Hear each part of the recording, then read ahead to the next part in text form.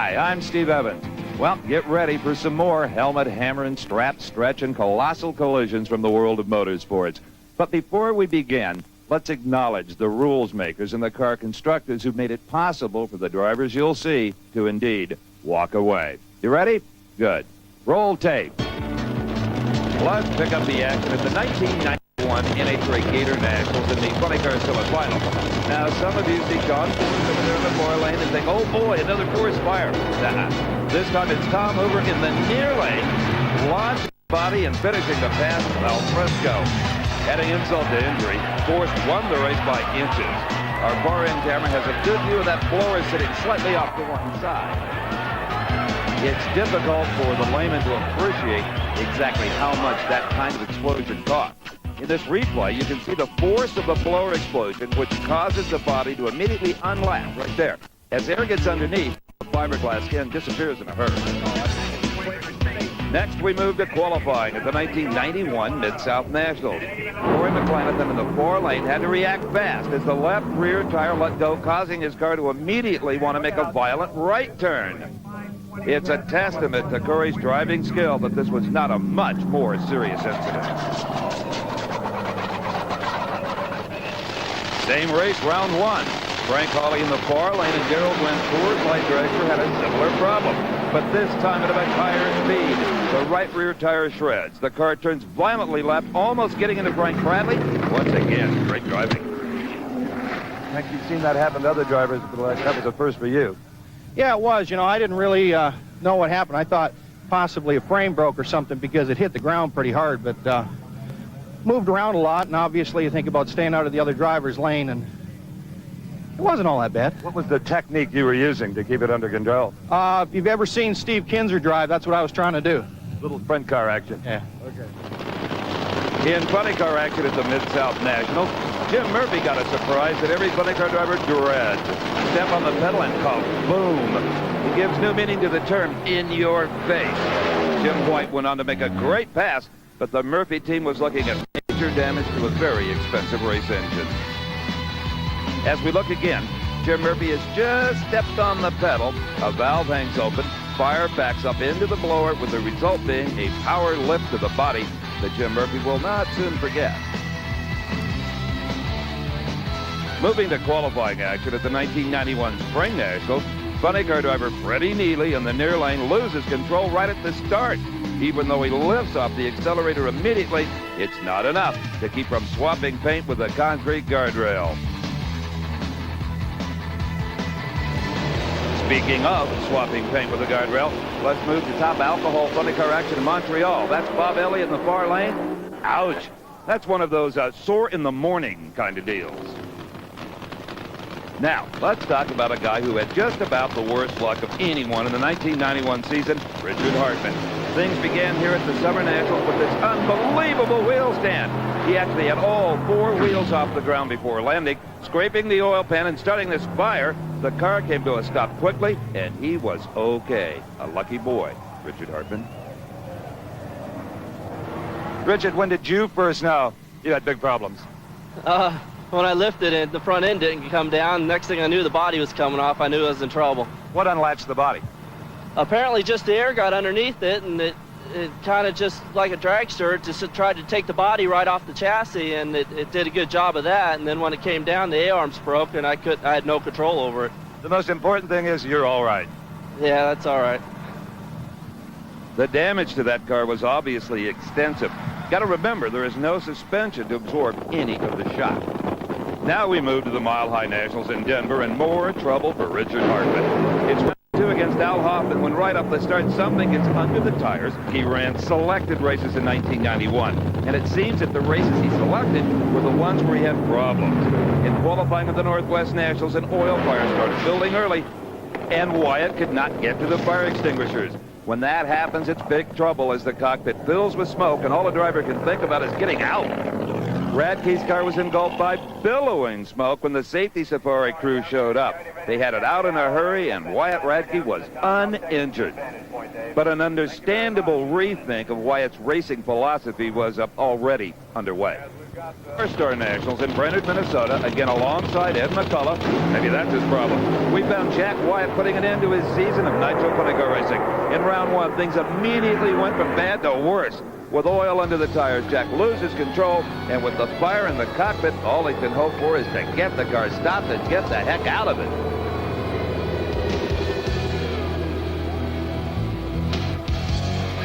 In this replay, I think we can see what happened. With a hole in the engine block, oil gets under the tires. That puts it into the wall. And then the oil ignites on the hot headers right there. After that, Jack Wyatt, like many others, is just along for the ride. He can't see a thing. The first time Jack had one of these incidents, he said, "Hey, Evans, does this mean I get on TV?" Well, at this point, he was rather sick of us. Jack was uninjured, but his formerly white helmet is testimony to the intensity of the fire. In 2 races later, in a qualifying run against Ed McCullough at the U.S. Nationals, it was the same problem, only bigger at the finish line. The car absolutely lit up the afternoon twilight as uncontrolled fire began the process of totally destroying the race car. After an incident like this, there's really nothing salvageable but small pieces and parts. And even though Wyatt Radke was uninjured again, it was obviously a demoralizing experience for the Chicago Trapper crew. No better drivers in Top Fuel than Kenny Bernstein and Joe Amato. That's why we were surprised a bit at the 1991 Keystone Nationals when both of them had horrible problems on the same run. First, Bernstein with a moonshot of a wheel stand, Amato almost totally losing control of the car. What'd you think as it was going up? Man, I was mad. I just knew I was going to have to get out of it, and I knew he was history. I knew because we were running good, and I said, man, and there it goes up, up, up, up, and all of a sudden you just see sky, and I said, that's it, all I can take. Off the throttle and crash, and I knew it's coming down hard. Next, it's trouble at the Heartland Nationals in Topeka, Kansas. Hartman in the 4 lane picks out the rod right off the start and immediately has his hands full. Oil under the tires, fumbling, fire extinguisher, the brakes, and the seatbelt latches. A busy young man. Richard Hartman spent his whole summer walking away. Richard, in a situation like that, your talent is as important as the fire bottles. Yeah, you gotta get the car stopped and keep it off the guardrail, and sometimes that's hard to do when you're skating around in oil and you got smoke filling up in the cockpit. But that time, luckily, it happened right off the line, and I was able to get it under control pretty quick. It's been a tough year for you, kid. Yeah, real tough. Richard Hartman, a very brave but composed young man. Big trouble in Top Fuel at the California Nationals for veteran pilot Jack Ostrander. A valve hangs, the blower pops, ripping a tire. The rods kick holes in the block, igniting hot oil, and at top speed, the rest is inevitable. Jack Ostrander is headed for the wall in a fireball.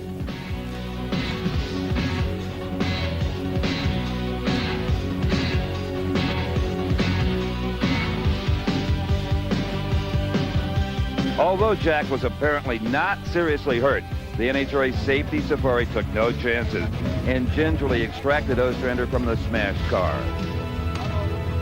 He is awake and alert right now. He's conscious. He seems to be pretty well oriented. He's got superficial burns on his face. Also, there are some burns on his right hand. His vital signs are good. His blood pressure is good. His pulse is regular. And he's being transported by helicopter now to a local hospital. And he was unconscious for a while, so he'll have to have some head injury examinations and also for neck injuries and that matter. But I think he's going to be okay.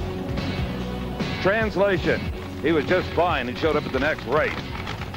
But he wished he hadn't shown up in Dallas, Texas at the Chief Nationals later in the season in his backup car.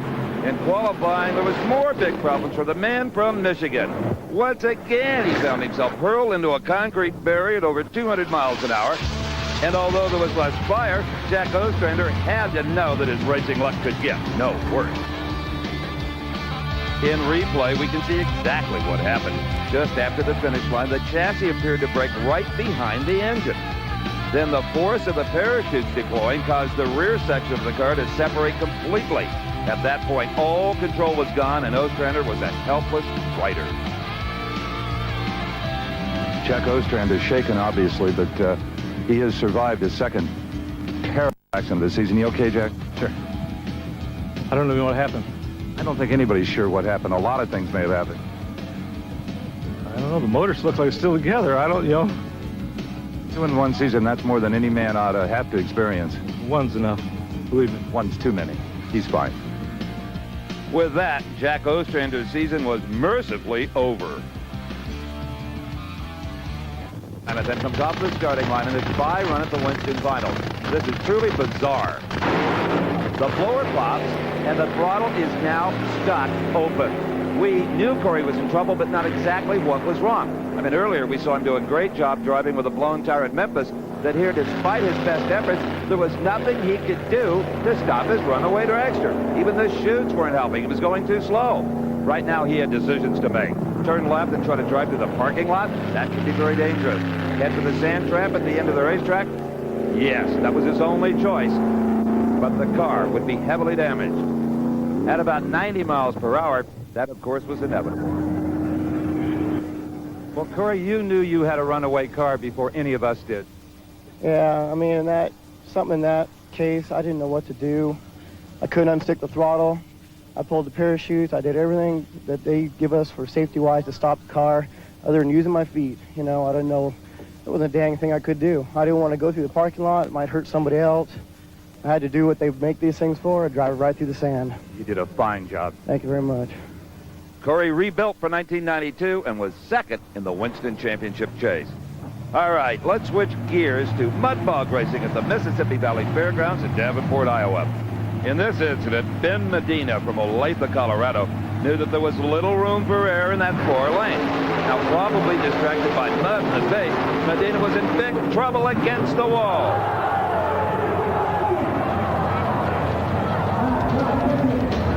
Medina took a tremendous physical hit in, for mud bog racing, a very high-speed crash. As we look again, those white barriers against the concrete fence are called JoJo blocks and are water-filled. They probably prevented this incident from being worse than it already was.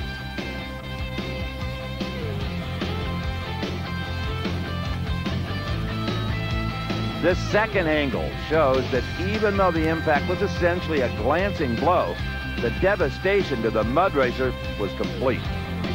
And I'm sure you saw in this replay the tremendous hit the roll cage took directly on the racetrack. It held up intact and is one of the reasons that Ben Medina walked away. But in this case, it was to an ambulance where he was taken to a hospital for observation. Okay. Sedalia, Missouri, and the Missouri State Fairgrounds was the site of this incident involving Chris Fadling from Dade City, Florida. Chris was in the far lane in the Jeep funny car called Just Do It. Chris had just turned 16 years old, and you can be sure he had very little driving experience of any kind, and it showed.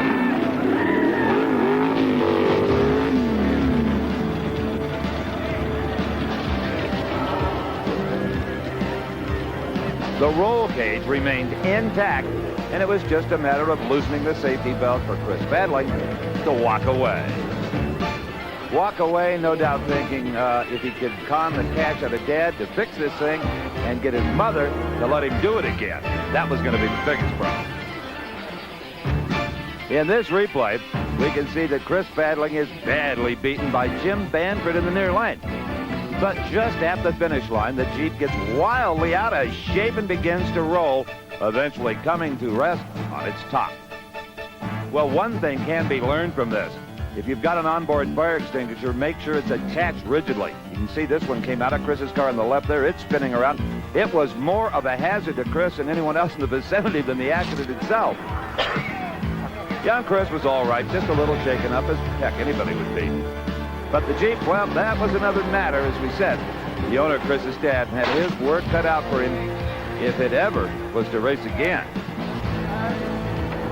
In Sedalia the next day, after a night of rain, Kirk Dabney in the GMC monster truck Nightmare was about to have one of his own in the slick shutdown area.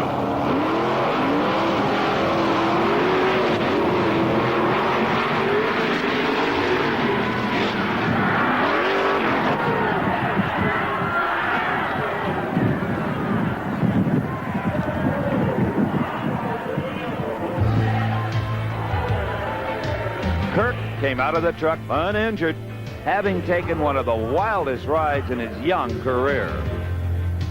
In this replay, we can see that initially the truck gets completely over on its side. It's all over, you say.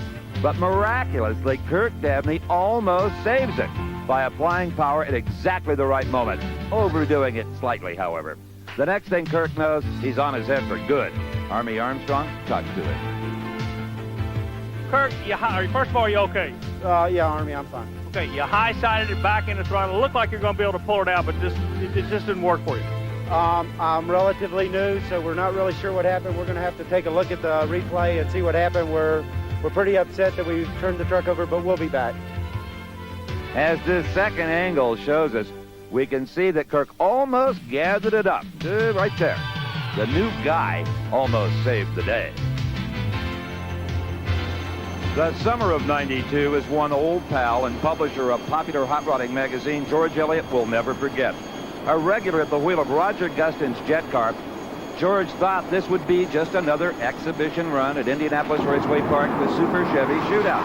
But at 263 miles an hour, things went terribly wrong.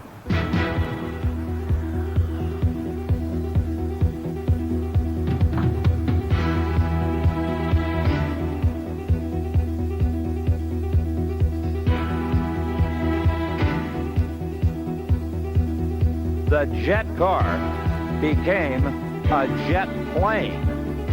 Initially, releasing both parachutes at the same time was blamed for the accident. But a further study showed it was an aerodynamic default that sent this car heading for the moon. Watch the impact against the wall. In fact, it came down on the knife edge of the guardrail. Incredibly, George Elliott walked away without a scratch. Watch it again. He had a co-pilot.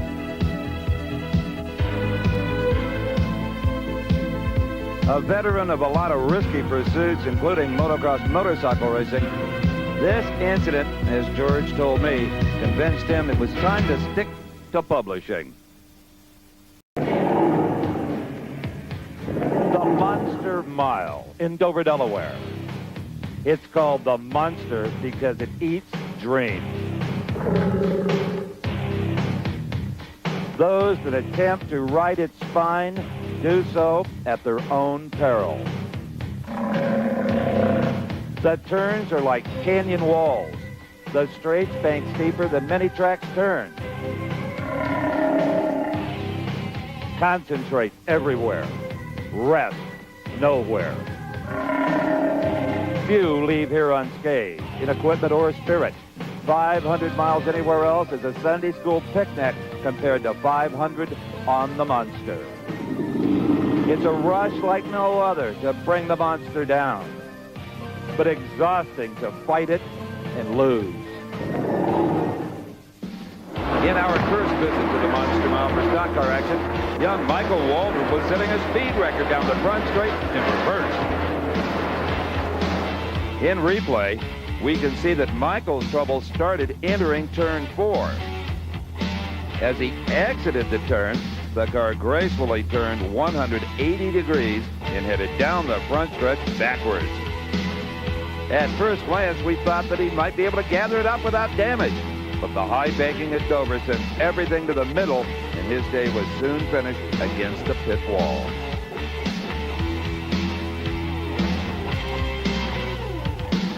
In this next incident, Dale Jarrett in the 21 car had a common problem at Dover. Having made contact with the outside wall in turn 2, the car immediately heads to the inside wall where even more damage is done. From this angle, we can see that the momentum coming off of turn 2 is enough to keep a car that's in trouble spinning out of control, making multiple contacts with the inside wall, and doing severe damage before it comes to rest inevitably at the bottom of the track. Dale Jarrett's day was through. His car towed to the garage, and to say the least, he was not happy with the driving style of certain other competitors. When a man is in this mood, approach him very carefully if you're a reporter with a microphone. Unless, of course, you happen to be his older and bigger brother Glenn. You'll have to ask the 22 car what happened. I don't know. I just riding in line. We were passing the 26 car, and next thing I know, I'm turned sideways. Yeah, it's unfortunate. The car was driving good. Just kind of, passed him as we came to him. It's just unfortunate. I'm about tired of this. I can guarantee you from now on that this won't happen anymore. It's going to be on the other end. I've had enough. Jimmy Spencer in the number 98 car found himself in the unenviable position of being all over the track in this incident in turns 1 and 2. Obviously, the car was heavily damaged and his day was done. Now here in replay, we can see that as Spencer's car is exiting turn 1, he comes into contact with the number 15 car on the inside. The resulting spin sends him out of control to the outside wall where he hits hard. Then, because the banking is so steep here at Dover, the car immediately heads back down track, sending other competitors scrambling to predict where he might land. Oh, I just got run up underneath somebody. Somebody hit me and turned me around. Just racing, you know. I hit the wall in the beginning of the race and knocked the toe end out, knocked the rear end out of square, and we just were riding around there, you know. It wasn't running that bad. We were about 1 lap down and felt that we could have brought the car home still in the top 10, but, you know, we got put in the wall, but that's racing, as they say. Once again, it's turn 2, and this time, Derek Cope is the victim. Losing control as he exits the turn, the car hits the outside wall hard, and according to the laws of physics, is immediately pulled by gravity to the inside wall, where insult is added to injury. As always, everything is to blame but the driver. We got to change the tires. The car was a little loose getting in the corner on that set of tires, and I just hit one of those seams that cracked the racetrack. All the rubber built up on it. The car got sideways, and I fought it, but I just couldn't get the feel there was Chevrolet on the wall. When we returned to Dover in the fall of '91, nothing had changed. Mark Martin was destined to repeat Derek Cope's misfortune from the spring. Now, our Diamond P crew has been coming here since 1983. And we know maybe more than anyone how deserved this track is of its nickname, the Monster Mile. But hey, whoever said it was supposed to be easy? Just ask Rick Wilson, the driver of the number 8 car. In turn 1, he felt the bite of the monster with the help of the number 90 car of Steve Perry. I tell you what, the sticker drew up was running good. You know, we were just cruising along, and the lap before that I felt a vibration, and I just come by pit road and called him. I said, I think I got a wheel broke. I'm going to slow down and come in, and I just started slowing down, and the wheel passed me, you know, or something. It broke and went straight on into the fence hard. I mean, that's as hard as I hit in a long time, but, you know, I'm okay. You know, I hit hard. It rung my bell. You know, I want to tell my wife and my family I'm okay. Sticker Jewett was running good, and just a shame. So you felt the vibration, and you were going to try to do something about it the next lap then? Well, no, I'm luckily I had slowed down. I had got out of the throttle way early because I knew something was wrong. I mean, I didn't even run down in the corner hard. If I had it, it would have been bad. So just luckily I felt it, and I got slowed down a little bit because when the wheel broke, it tore the brake rotor off, and I didn't have no brakes. Now, as in every form of motorsports, oil on the track is a recipe for disaster. Just ask Alan Kowicki, Rusty Wallace, and last but not least, Dale Earnhardt. Alan Kowicki in the white number 7 car had been running second well into the race when his engine let go in turn 1. After hitting the outside wall, Dale Earnhardt guessed right in avoiding Rusty Wallace, but wrong in avoiding Kowicki, and was left with a severely damaged race car. We've got a replay. Kowicki's engine has already let go, spewing oil in turn 1. Kowicki spins up the track, followed immediately by Rusty Wallace in the number 2 car. Now watch Dale Earnhardt as he realizes what's going on. He heads to the outside and avoids Wallace's car. But then there is Kowicki, and absolutely no way to avoid hard contact. On top of a blown motor, the body damage to Kowicki's car from the impact with the wall and Dale Earnhardt's car was massive. Moments after the incident, Glenn Jarrett talked to Rusty Wallace, trying to make sense of it all. About all that happened is I went down the back straightaway, trying to stay in front of here again, keep my lap, or to get my lap back, and I got behind him, and Alan went down that corner, blew a motor. When he blew up, just threw oil everywhere, and just took a big slide in oil and got in the wall, and that's it. Seen a lot of that at Dover here today. When something happens right in front of you like that, there's nowhere to go. Yeah, the engine blew going in the third turn with no warning. I hit the wall pretty hard, but somebody else hit me after that, but I think I'm okay, and that's the main thing. So that's racing. There's a lot of ups and downs, and we'll be back. The car was running really good. You know, here again was pretty tough, but we were probably better than anybody except him, and looked like we had at least a sure second place out of it, but that's the way it goes. Then the Monster Mile bit nearly everyone.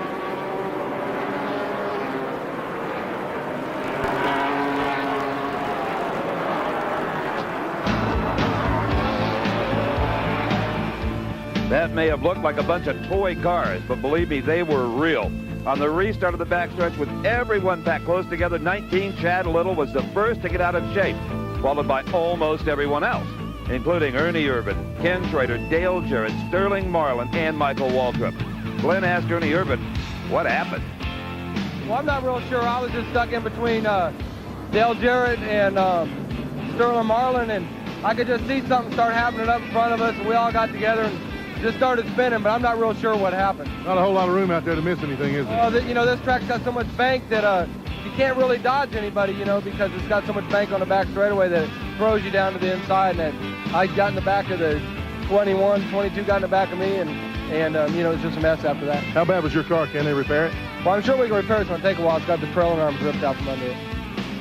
We were right behind it, you know. On restart, you just kind of got to give everybody a little bit of room because that stuff happens quick. We're all close together, and the 19 come up a little bit higher than he should have, and he got in the left front of the 11, got him a little crossed up, and then, you know, the 11 could have given him a little more room. It just, a lot happened real quick, you know. Just if anybody would have given each other another foot every once in a while, and then restart 60 laps into Dover, but it just one of them things. One of the biggest tangles ever on the Monster Mile. And you can bet that a lot of drivers will give their comrades just a little more room on future restarts. From Dover, we move 3,000 miles southwest to Phoenix International Raceway and the Copper Classic, where late model stock car qualified 42 Alan Brown tested the integrity of the Turn 4 wall. He fought the wall, and the wall won. Now, in reality, this is so easy to do. A driver wants to qualify well, so he finds himself getting into a fast turn a little too hot. Before he knows it, he's looking at the car's back end coming around. Reflexively, he locks up the wheels, and the rest is bent metal.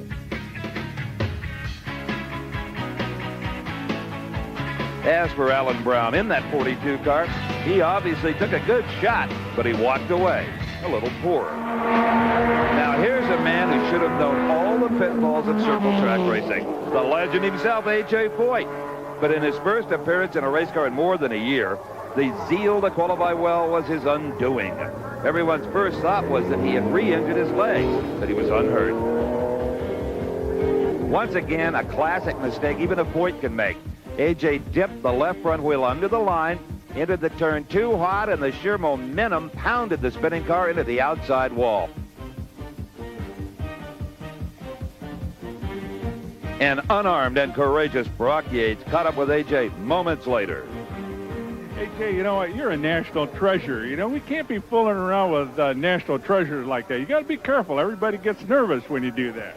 Well, you know, we was running pretty quick, and I was wanting to pole awful bad, and I was teasing the crew. I said, if y'all will gamble with the car, I'll gamble with myself. And I got in deep. The car stuck real good in 3 and 4, you know, on the practice lap, and just got in and just jumped on me and just got away from me. Something I normally don't do, but we was wanting to pole awful bad. All right, from one legend to another, this one, John Force, has built his reputation on incidents like this one.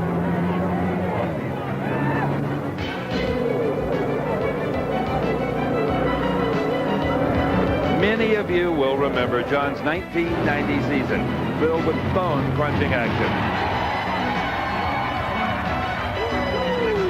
And one horrific fire after another. He did indeed win the Winston Championship, but the trophy was displayed on top of a pile of smoking, melted parts. Do you think anything has changed? Not on your life. Come with me now to the 1991 Grand National in Montreal, where we begin the latest episodes of the continuing drag racing drama of John Force, Unintentional Stunt Driver.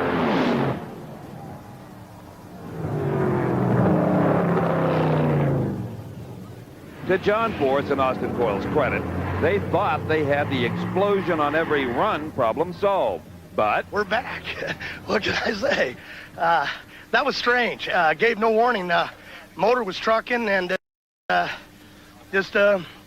again, we did what we had to do with the race car trying to run Lloyd T. I don't even know what she run, but it was a queer deal. She never lights up like that on me, and we got spare bodies, we got spare everything. We'll just have to fix it. Kind of amazing.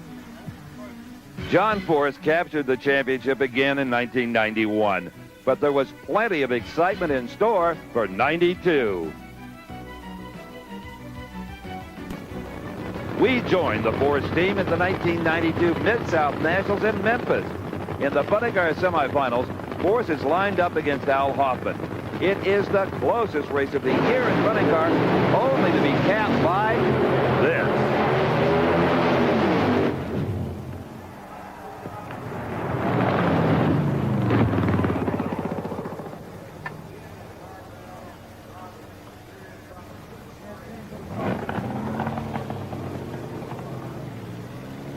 You have just witnessed the now infamous the day John Force saw Elvis crash.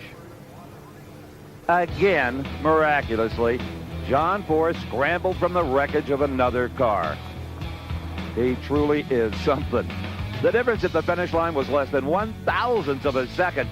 Force lost, then the engine exploded. In this second replay, the car had become engulfed immediately, and it was only seconds before the rear tires exploded from the intense heat. Now completely out of control, the car veered left and hit the guardrail. That's where he saw the king, with enough energy to dislodge the body. Thank goodness. Shedding the body was the best thing to happen because it kept the fire off of John and allowed him to escape the car when it finally came to rest. Here's my interview with John that was not seen on national television. Pitching, huh? Is this live? Close enough. Sorry, Hoffman, we got you covered, buddy. Do you hurt? You got any burns? How are you? Get rid of the body, no fire. And safety's fire guys, I love them son of guys. I couldn't believe it. She was backwards, and I still had fire, and then I realized there was no body, and they were right on top of me, but then she rolled, and I couldn't figure that out, and just kind of climbed out, but pretty exciting day. But we got a brand new spare one in the trailer and one by Pluger being built. They ain't putting us out of the deal. And the rest of them guys, we took an 800 points lead, and that's what it's all about. Ever the showman, John paraded the burnt car down the racetrack in what had to be a bittersweet moment for the Winston champion. Recovering from such an incident is a huge task for even the best teams.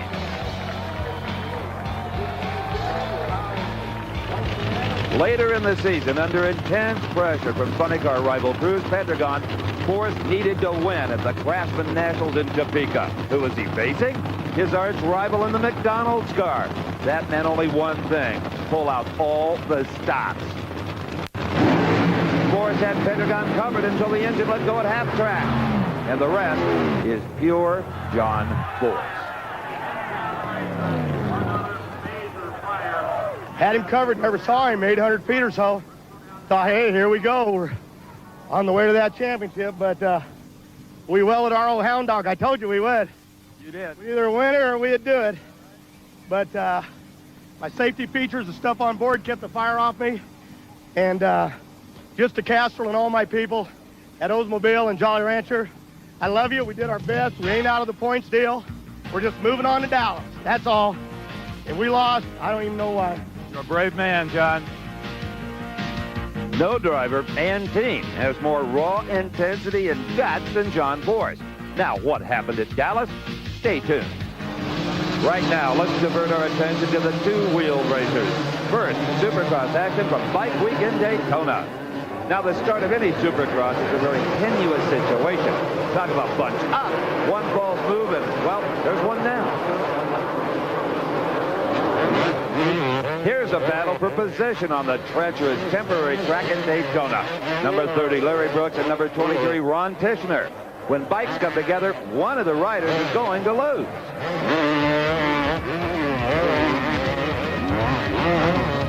In this replay, here comes Brooks on the inside going for the pass, but Tishner closes the door, and Brooks, trying to take evasive action, becomes unbalanced. The bike going one way, Larry going the other. Ouch.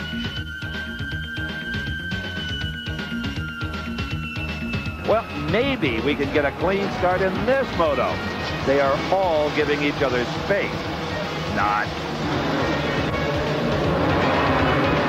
And on the inside, 3 riders go down.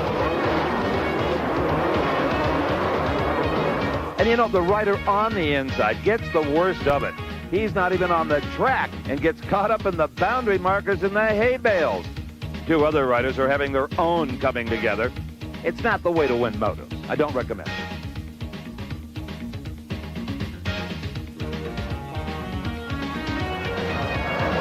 Now, watch the second bike in your picture and repeat after me. Tank slapper. Yep, that's what it's called. And as you can see, the result of slapping one's tank is in no way pleasant. The rider here is number 67, Jeff Pastrana.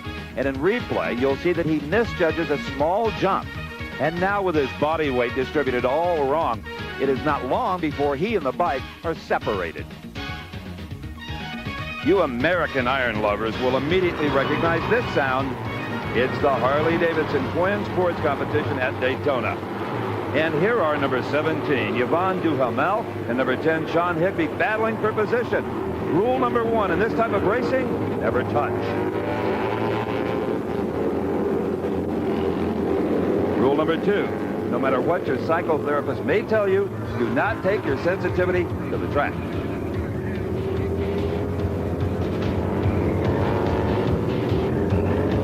In this replay, Duhamel looks to be going for position on the outside and just touches Higby's rear tire. This throws Higby off balance, causing the bike to go down. And there is nothing Duhamel can do except join the fray. Luckily, they both stay mostly clear of the tumbling bikes and walk away, or roll away in the case of Higby.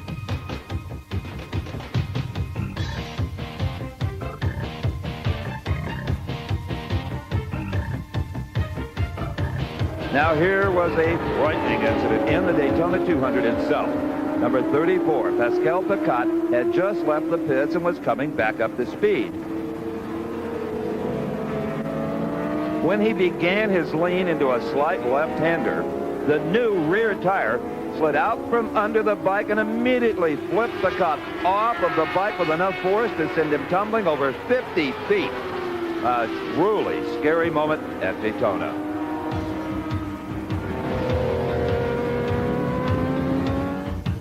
In replay, we see that the rear tire came loose, bringing the bike sideways. As the bike lost momentum, the rear wheel dug in and immediately flipped Picat onto the pavement. Luckily, he landed solidly on his back in the initial impact, but the tumbling across the infield was a violent experience. It tested all of the safety gear these riders wear. Now, it sent Pascal Picat to the hospital for observation. And believe it or not, he was pretty much okay. Medical attention was immediate, but we could all believe that Pascal Picat was in a lot of pain. Wouldn't you be?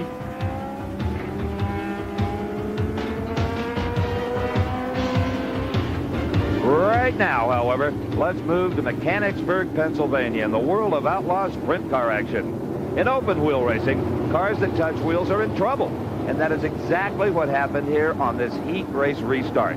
Watch the back of the pack as number 1C Billy Crawford and 66A Bobby Fletcher come together on the backstretch.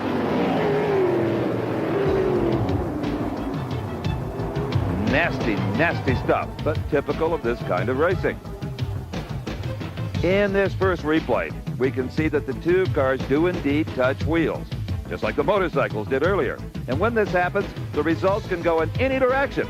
In this particular case, both cars headed for the inside guardrail and hit it hard.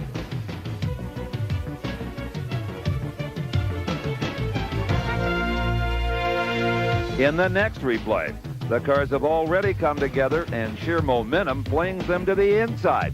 Luckily, neither car flipped and neither was substantially damaged. Quite obviously, though, Bobby Fletcher in the 66 car did get the worst of it.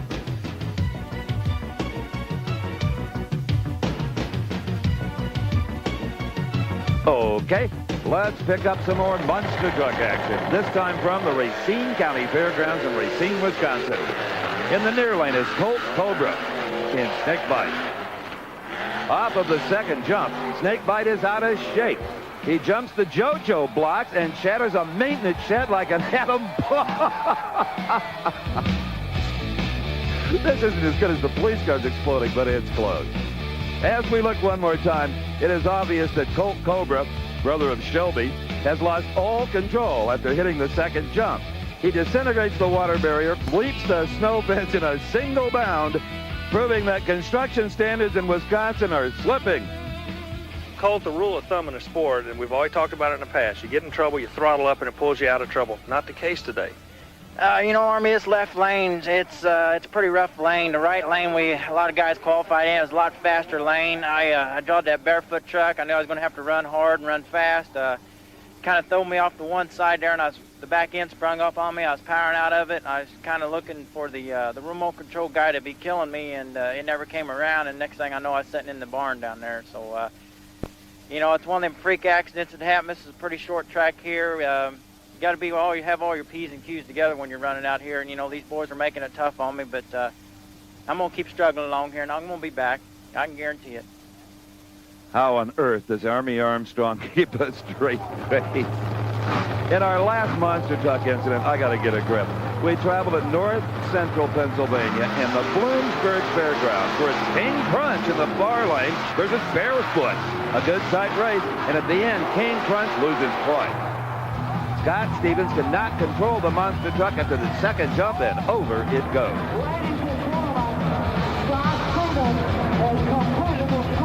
As we look again, this is serious stuff. Coming off that second jump, the back end gets up sideways, and when it lands again, it literally flings the truck over onto its side. Scott Stevens never had a chance of pulling out of this one. The rollover obviously doing significant damage to King Crunch. And as always, Army Armstrong was right there. Scott, first of all, you okay? Yeah, you know, it's pretty hard tumble. You know, I've done it before, but boy, you never get used to them. And that one, it just lasted so long, and you know, it's pretty good hurt. Well, King Crunch is repairable, and we'll see it race another day. We're gonna pull it over. From Monster Trucks, let's return to the Monster Mile in Dover, Delaware for more stock car action. You'll remember earlier that we saw Derek Cope crash here in 91. Well, obviously 92 was not any better. Here he tangles with the car of Wally Dallenbach Jr. Extensive damage being done to both of those automobiles. In this unique replay, you can see Wally Dallenbach hitting the wall coming out of turn 4 and immediately collecting Cope, turning him right into the pit wall. What a shot Cope takes, followed immediately with another from Dallenbach. The impact sends them both spinning along the fence, coming to rest together in mangled heaps. And need I tell you, the camera that captured this was a fixed position robotic. Well, you know, we had got a loose set of tires, and the car was backing up a little bit, and it started to come back on me, and Wally looked like the car got a little bit tight, pushed up on the corner there, and he started going right onto the wall, and I tried to turn the car left to get out of the way, and he just come back into me, and we didn't have any place for the fuel letter filter for Chevrolet to go. Yeah, that was quite a hit. We were fighting a pretty bad understeer all day, and that last time coming out of 4, it just took off for the wall, and I mean, there was nothing I can do. I'm sorry that Derek had to get caught up in that, but it was quite a hit. Now listen, as the in-car microphone captures this Mark Martin incident and commentators Buddy Baker and Neil Bonnet's response to it. Neil, the only thing missing there is a smell of tire smoke in it. Yeah, that's pretty well the way it is right there. As we slow down the action, Mark Martin and Dave Marcus have tangled on the backstretch. Martin, completely out of control, heads straight for the infield and hits the barrier hard. He was, however, able to continue in the race.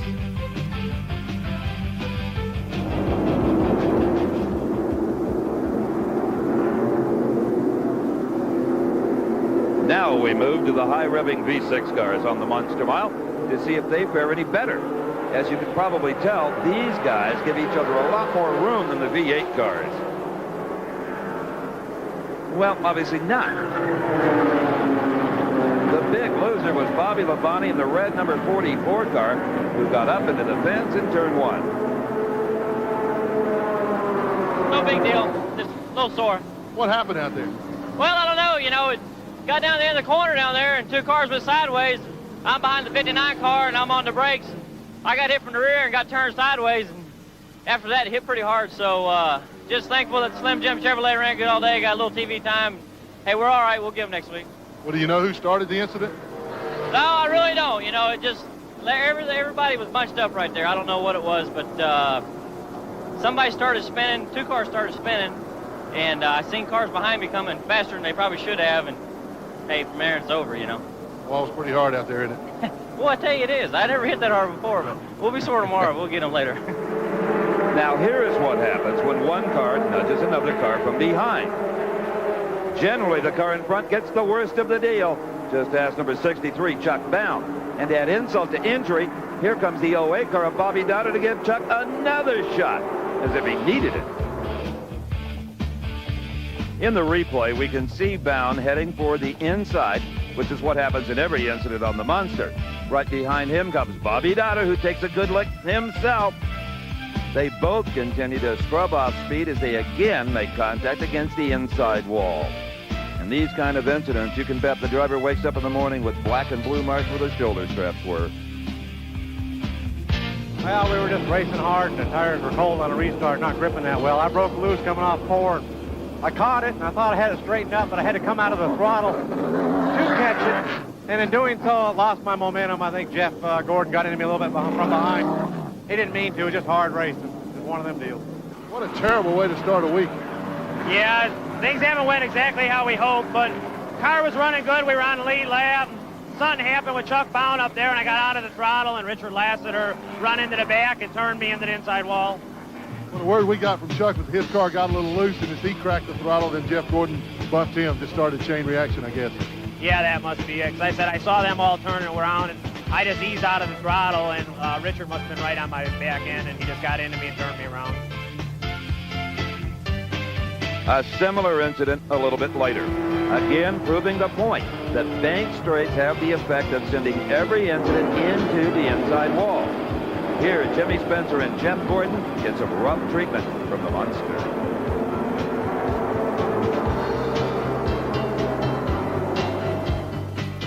As we look at this incident again, it is textbook Dover. Jimmy Spencer gets turned around coming out of turn 4. He makes contact with the outside wall. Immediately, every driver has to know where he's going, to the inside. Most of them get out of the way, but not Jeff Gordon in the white number 1 car. They immediately come together, and to the fence they go.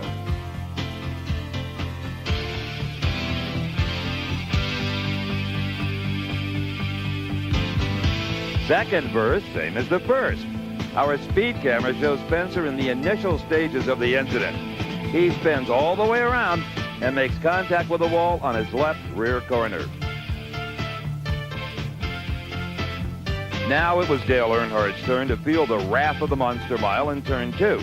With a loose race car, that particular turn is especially treacherous, and the slightest misstep will spell the end of the day.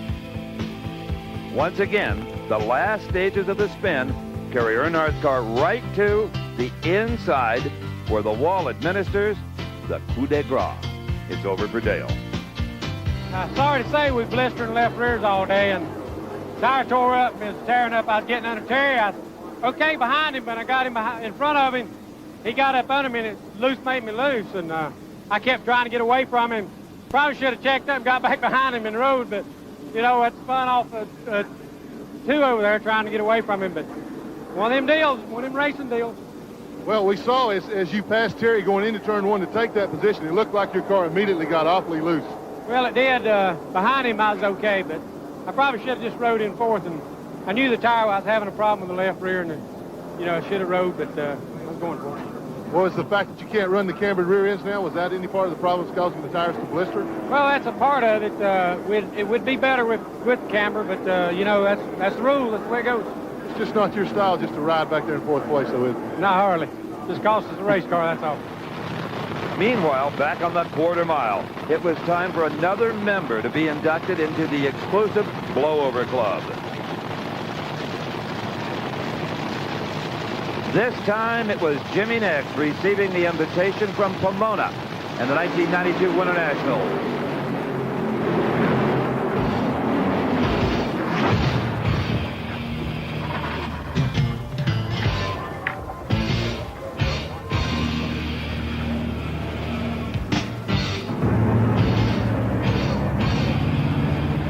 This particular blowover was one of the worst ever.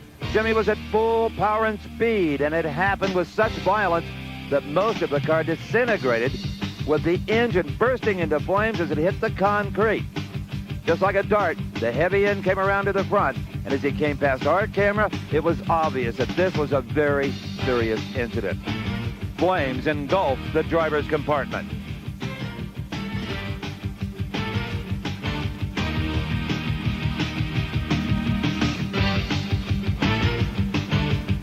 Closer inspection shows that the canards, the small front wings, broke loose and turned upwards, providing lift instead of downforce. Jimmy Nick was flown to an area burn center for treatment. Before the end of the 92 season, he was back in the cockpit.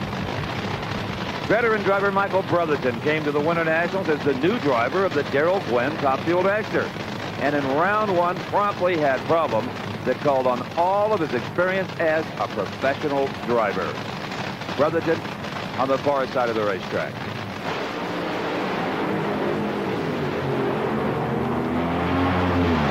Brotherton wins the race, but loses the war as Darrell Gwynn, the car owner, looks on.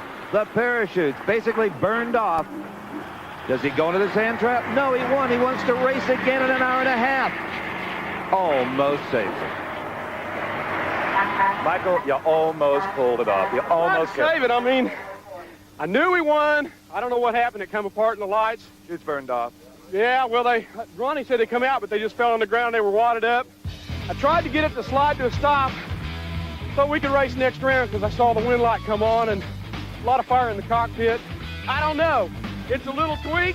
It ain't broken, too. We got A-frames in the trailer. We might get a shot. Well, that turned out to be adrenaline speaking on the behalf of Michael Brotherton. The team was unable to fix the damage, but exactly the opposite was true when the Drag Racing Series moved to Seattle in the Northwest Nationals. In qualifying for that event, Brotherton was involved in one of the most bizarre Top Fuel incidents of the last few years.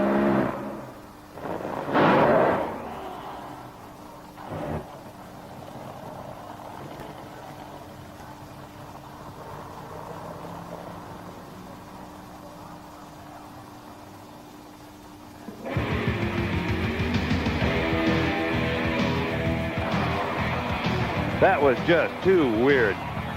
And unlike anything I have ever seen, just off the starting line, the car made a violent right turn and almost gracefully rolled over onto its side.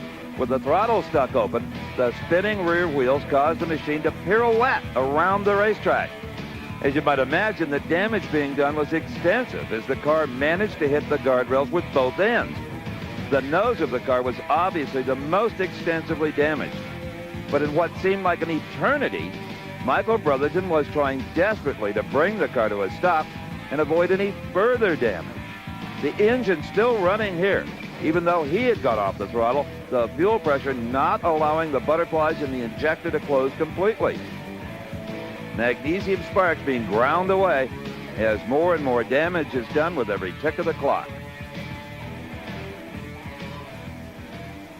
Throttle hang open possibly? Yeah, these things, the fuel pressure's real tricky on them, and a little bit happened once before in Gainesville, and when you're that close to the starting line, before the high speeds bleed the fuel off, the pressure's way up, and when it zings the tires like that, the fuel pressure goes even higher. So when you lift off the pedal, it don't want to follow your foot, and then things go downhill from there. So you're okay? We're fine. We're fine, yeah. Same cannot be said for the race car. In one of the greatest efforts of the year, the Gwynn team was able to repair the car and come back to win the Northwest Nationals. It was an inspiration to everyone in the racing community. Eddie the Thrill Hill is always a tough competitor.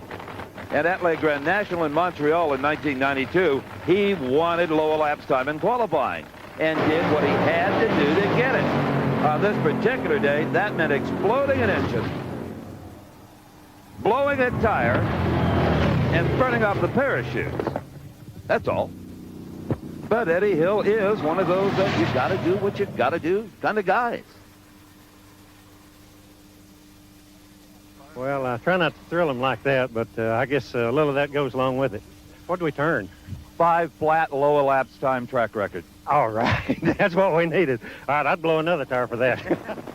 I rest my case on Eddie Hill. And then in round one at the Mile High Nationals in Denver, Eddie came to the line against Clayton Harris. Hill had already ruined 2 motors at this event, and any more damage was a stiff blow to the forces of his team. Not only did Hill grenade an engine, Clayton Harris did too. And it was only good fortune they did not come together in the shutdown area of the track. Whoa. Eddie's wife, Ursi, she knew her husband was okay, not her first day at the track. But the sight of another expensive engine going up in flames, it meant at that point in time, their drag racing season was over. They were broke. Their sponsor came to the rescue, and they showed up the next weekend at Sears Point ready to race. The trouble for Eddie Hill in Denver started immediately after the green light. The tires broke loose. There's the smoke. The engine revved up beyond all tolerance, causing a hydraulicking situation, resulting in the rods being kicked out. The oil fire was immediate and intense. Ironically, the exact same thing was happening to Clayton Harris in the near lane. In this second angle, you can see the magnitude of the fire. It caused the left rear tire to blow, taking out part of the wing. Now, this combination of disasters resulted in big control problems, causing Hill to veer all over the racetrack. No, we're not going back to John Force yet. This is about Gary Clapshaw, the fuelless pleasure car in the far lane. At half track, he hydraulics a motor with the predictable fiery result. Good driving on the part of Clapshaw kept the damage to a minimum.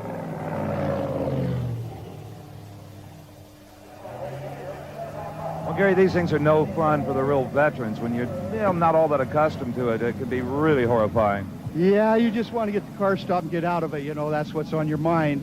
See if you can get the bottle set off and the laundry out and get things stopped. So, yeah, that's what I tried to do and got out of it, flopped out of there like a big tuna, you know. But we're talking. That's the important thing. Yeah, I'm fine. I'm fine. Car's burned a little bit, but we'll be back. There is nothing more frightening to a funny car driver than to see the 2 little Lexan windows in the firewall glow orange. And that is exactly what happened to Gordon Mineo, the driver of the car in the near lane.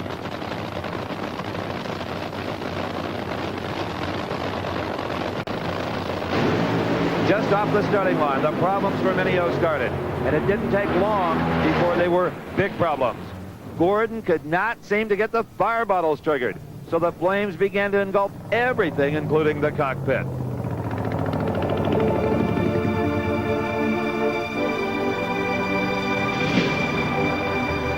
Thankfully, it was only mere seconds until the safety safari was on the scene, helping Gordon Mineo through the escape hatch to fresh air.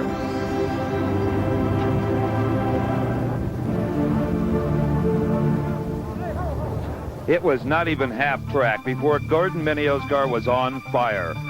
It was literally a matter of milliseconds until the fire was everywhere. Obviously focused on getting the car stopped, Mineo was unable to trigger the fire extinguishers. This allowed the fiberglass body to become fully involved. Gordon Mineo was lucky to walk away from this one. Well, that escape hatch, now we know why they're in there. Tell you what, if you just stop and think, and you use your head in there, undo your belts, undo your safety hatch, come on out. Don't panic. Don't panic, most people do. Words to race by. The 1992 Chief Nationals in Dallas are going to need a chapter all of their own here in And They Walked Away 3 in order to tell all of the story. First, veteran Gene Snow had not been to a race in 6 months and was here in front of his hometown fans when the very unexpected happened. A blown tire destroyed part of the car's wing and put Gene into the wall before he had a chance of getting his car under any semblance of control. The resulting small fire underneath the car made getting out of the cockpit of utmost interest to Gene. He was unhurt. But a word of advice, if you're going to sell your race car, bring it to the track and leave it on the trailer with a sign. Gene Snow didn't, and it was no longer a clean one owner. In this angle, we can see that the destructive power of a cut-down tire can do extensive damage. Here, the left side of the wing is disintegrated, and as we've seen before, a car in this condition takes a violent turn into the closest guardrail. One of the most interesting things about this crash is how the integrity of the driver's compartment held up. Watch it crush and absorb the shock. Gene Snow is more mad than hurt, I think. Gene, you all right? Yeah, you're exactly right. I never did see Perdome, and I don't even know what happened. Did it blow a tire? What happened? Apparently about 1,200 feet, it looked like a left rear tire. Something happened to it. Gummit, I've never, you know me, I've only been in one little crash with these things. That thing was doing all this stuff. I said, hang on, Snow, what are you going to do? I even turned the fuel shutoffs off. It's unbelievable. It didn't hurt me. We're glad of that. Thank you. I appreciate the concern, everybody. Now, we don't need yet another member of the Blowover Club, but we got one at Dallas nonetheless. Young Doug Herbert, who up until this event was having the best drag racing season of his career.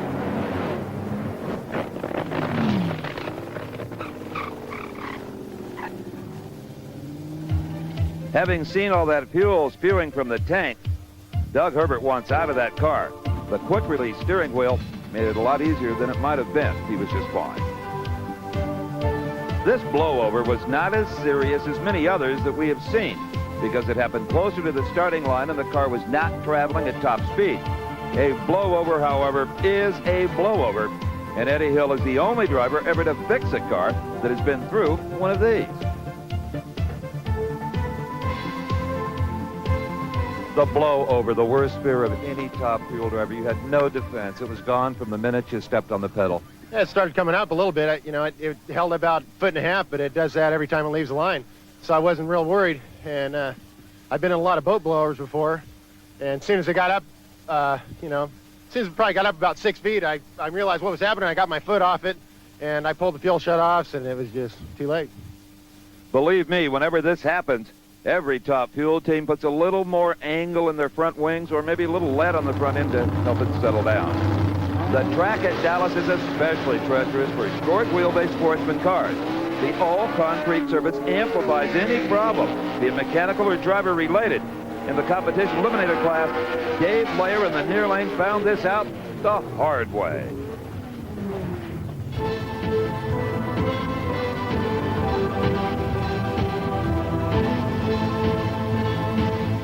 As we look again, for unknown reasons, the car took a sharp right turn just past the finish line.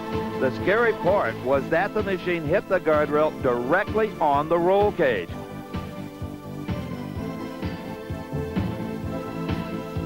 After bouncing off the far wall, it proceeded across the track, tumbling just once, and came to rest at the opposite guardrail.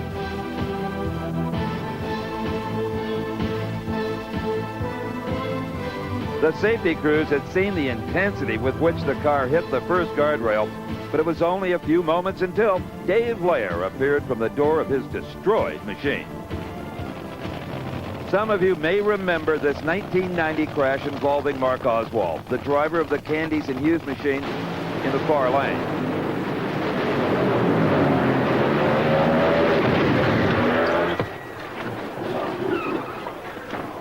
It resulted in one of the most thoroughly destroyed race cars in the history of the sport.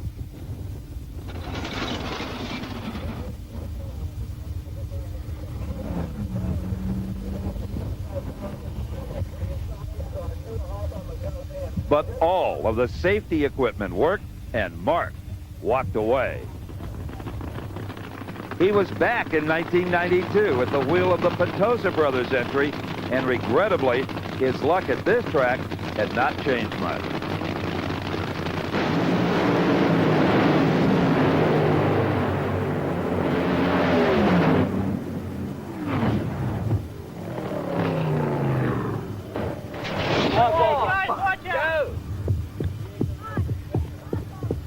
Well, I have the best news of the day. Mark Oswald is okay. His second fiery clash of the last 3 years here at the Texas Motorplex. You are okay, Mark.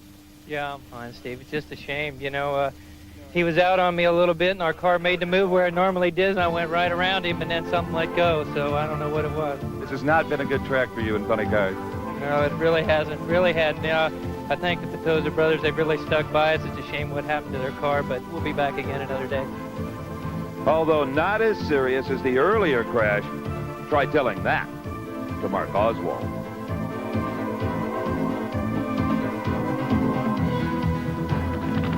Now, continuing the John Force story. Here is what happened at Dallas in 1992.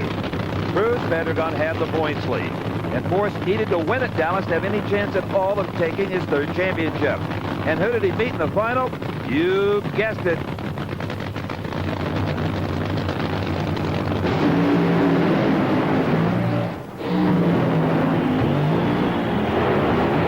John was disqualified when he hit the wall. He wasn't thinking about that. His sheer determination to get to the finish line first shows exactly what makes up this man. The Pedregon crew went mad on the starting line. Their victory all but clinched the 1992 Winston Championship. This was shown live on the Nashville Network. I've never had such reaction to any racing coverage. It was incredible. Announcer Brock Yates described it as a short-track stock car race. Force, wall to wall, hit the wall at least twice, and at the far end of the racetrack was really semi-conscious. How he got the chutes out and shut off the engine, nobody really knows. Watch one more time. Pedregon looks like he's beat. Force loses traction. Force loses control. Force hits wall. Force hits wall again, this time much harder. Here comes Pedregon. Forget the disqualification. Cruz still got there first. Force's bell was, as they say, indeed rung, but he insisted on walking away.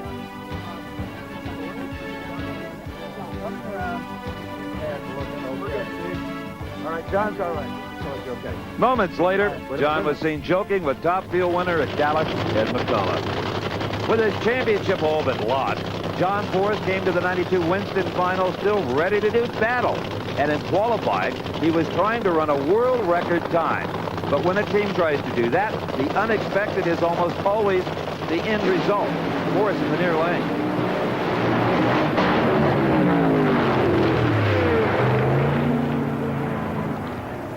This was John's fourth crash of the 92 season.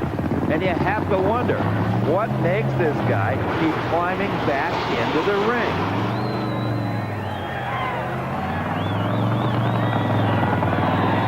Here's why. Hey, she left. We're trying to run a fairly good number, and throttle just, it smoked the tires and went to pellet, and the throttle hung wide open.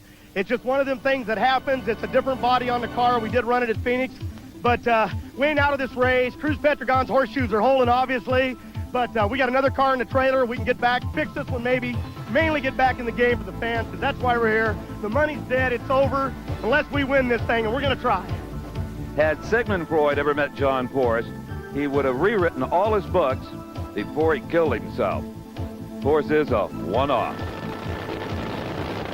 And we close this chapter of And They Walked Away 3 with Gordon Mineo at the 1992 Winston Finals.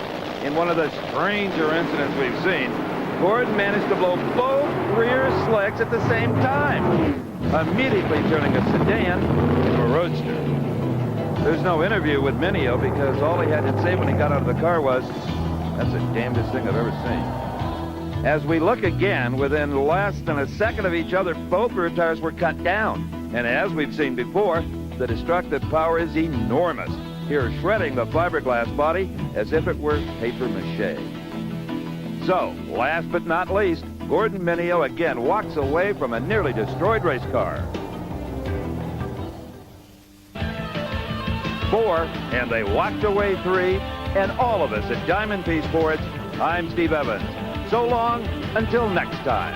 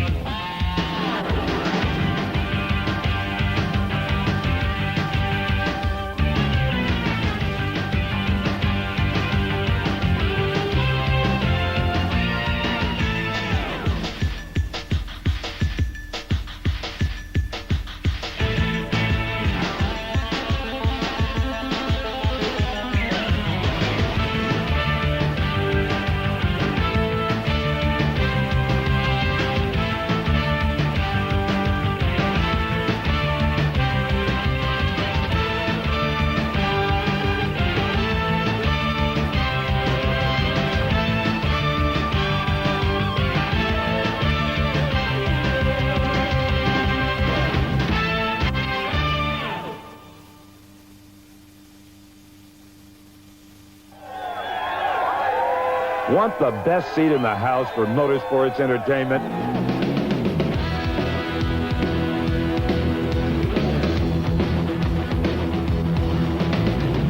Then Diamond P Sports is your ticket for excitement.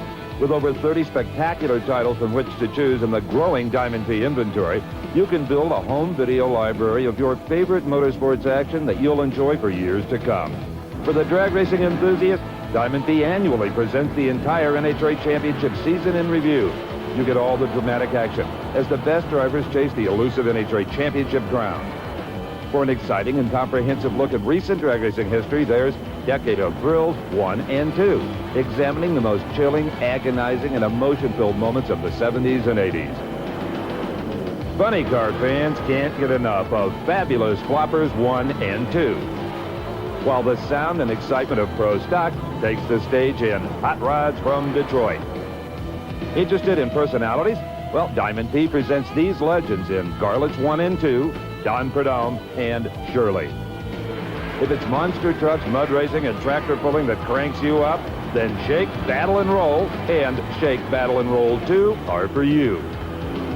For sprint car fans, the unpredictable winged world of outlaws are featured at the famed Knoxville Nationals. Beginning with Knoxville 87, you can get the entire collection of annual mayhem. And fasten your seatbelt for a treacherous journey up, over, and off-road takes you from the Baja Desert to outrageous stadium racing in a decade of off-road thrill. Plus, don't forget about Supercross. It's an aerial dogfight for these two-wheel warriors as they fuel the intensity for the flight to the finish. And finally, to complete your library, it's the best-selling duo of And They Walked Away, Volumes 1 and 2.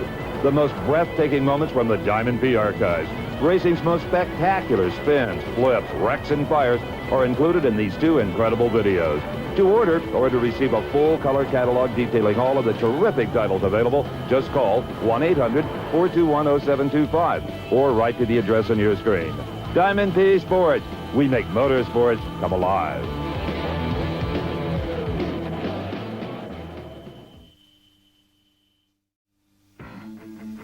Front Runner Home Video presents Car Wars. Fasten your seatbelt and prepare to witness over 130 amazing crashes and smashes from top professional motorsport. You'll be stunned as you witness top drivers dicing with death before your very eyes, all on Car Wars. Are you ready for more Car Wars? More crashes and smashes, more thrills and spills, more near misses and miraculous escapes. So spectacular you can almost smell the burning rubber, all on more Car Wars. Can you survive the all-crashing, all-smashing Car Wars 3? Even more incidents and accidents from top professional motorsport. Grip the edge of your seat as the drivers crash, smash, and collide with each other, all on Car Wars 3. Car Wars 4 is here. Even more excitement from the world of top professional motorsport. The best compilation of crashes and smashes so far. You'll be on the edge of your seats yet again as you witness the hilarious thrills and spills. It's been worth waiting for. It's Car Wars 4. Front Runner Home Video presents Stunt Mania, an exciting insight into the world of the daredevil stunt rider. Watch with horror, amazement, and anticipation as the drivers perform the craziest, wildest stunts imaginable. Have you got the nerve to watch Stunt Mania? Front Runner Home Video presents Bike Hero, the story of superstar bike rider Kevin Schwantz. Witness Schwantz's true brilliance from his arrival on the Grand Prix motorcycle circuit in 1988 to his legendary victory in the Brazilian Grand Prix in September 1989. Kevin Schwantz, the most exciting rider to hit the Grand Prix motorcycle circuit in years. A true legend in his own lifetime. A true bike hero. Front Runner Home Video presents Duel of the Champions. Highlights from the 1989 Formula One World Championship. Witness the McLaren teams Prost and Senna in their bitter, exciting battle for ultimate supremacy. Packed with spectacular action, including never previously broadcast in-car camera footage. Witness all the action on Duel of the Champions. Front Runner Home Video presents TT Champions, a modern history of the Isle of Man TT races. The ultimate excitement as the riders attempt to conquer the awesome, mountainous 37.73-mile closed road circuit. Witness the riders achieve the breathtaking average speed of 120 miles per hour. The new generation of motorcycle heroes, all on TT Champions. Frontrunner Home Video presents Motocross Champions, the roughest, toughest sport on wheels, featuring British Lion Dave Thorpe, the man who put Britain back on top of the 500cc World Motocross Championship.